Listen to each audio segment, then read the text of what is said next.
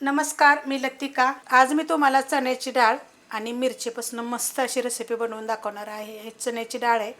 ह्याला 3 तास मी भिजत घातली होती. फक्त भिजली पाहिजे, मग तुम्ही किती पण तास घाला भिजत. अशा पद्धतीत चांगली भिजली गेली पाहिजे. भिजत घालायच्या अगोदर पण स्वच्छ धुवून घेतली ती आणि भिजल्यावर स्वच्छ धुवून पूर्णपणे पाणी निथळून घेतलेलं. तर ही डाळ किती आहे, सपाट वाटी, ह्या वाटीच्या प्रमाणे भिजून सपाट वाटी, मग त्या अंदाजानं तुम्ही घाला. थोडीशी कमी जास्त असली तरी चालेल. ह्या डाळीचं काय करायचं माहिती आहे का, आपल्याला दरदरं करून घ्यायचं आहे. आणि ह्या मिरच्या काय केलेल्या आहेत बघा, अशा पद्धतीत मी कापून घेतलेल्या आहेत. ह्या कच्च्या मिरच्या आहेत, अजिबात भाजलेल्या वगैरे नाहीत.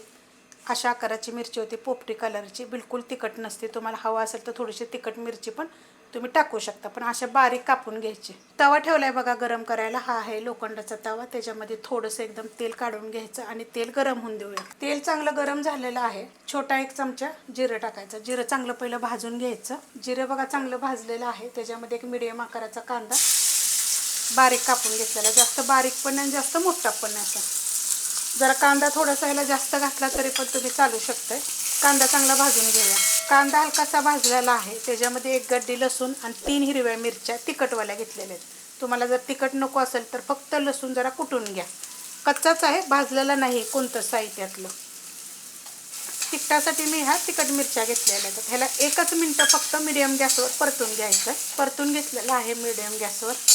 त्याच्यामध्ये ह्या मिरच्या किती आहेत तर 100 ग्रॅम मिरच्या आहेत. ह्याला 2 ते 3 मिनटं परतून घ्यायचं.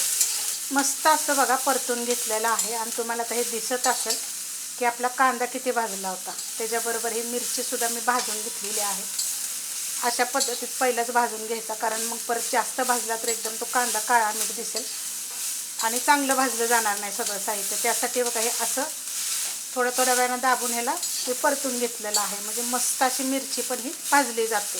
ह्याच्यामध्ये आता आपल्याला टाकायचे चवीप्रमाणे मीठ.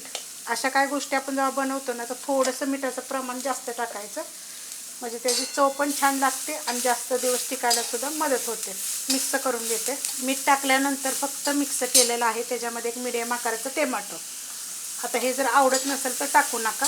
मिक्स करून घेते.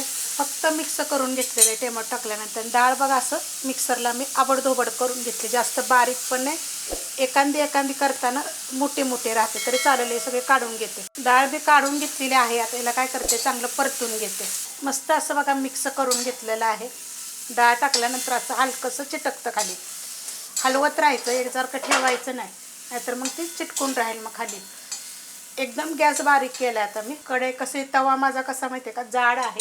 त्याच्यामुळे ना हलवायचं एक तर हे नाही आहे. त्याच्यामध्ये 2 मिनटासाठी मी झाकण ठेवणार आहे. पण तुमचा तवा कढई ज्यात पण करताय ते पातळ आहे का बघायचं आणि लगेच हलवायचं. 2 मिनटं मी बारीक गॅसवर झाकण ठेवलं. तसं वाफेचं पाणी पडतं बघा त्याच्यामध्ये.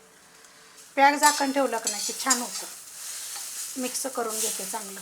मस्त असं बघा मिक्स केलेलं आहे. आणि ही जी खालची खरवड राहते ना, चिटकते, जी डाळ आपली चण्याची डाळ जी बारीक केलेली असते ती, हे साईडला काढून घ्यायचं आणि ते वेगळं काढून खायचं. खूप छान लागतं बरं का ते पण.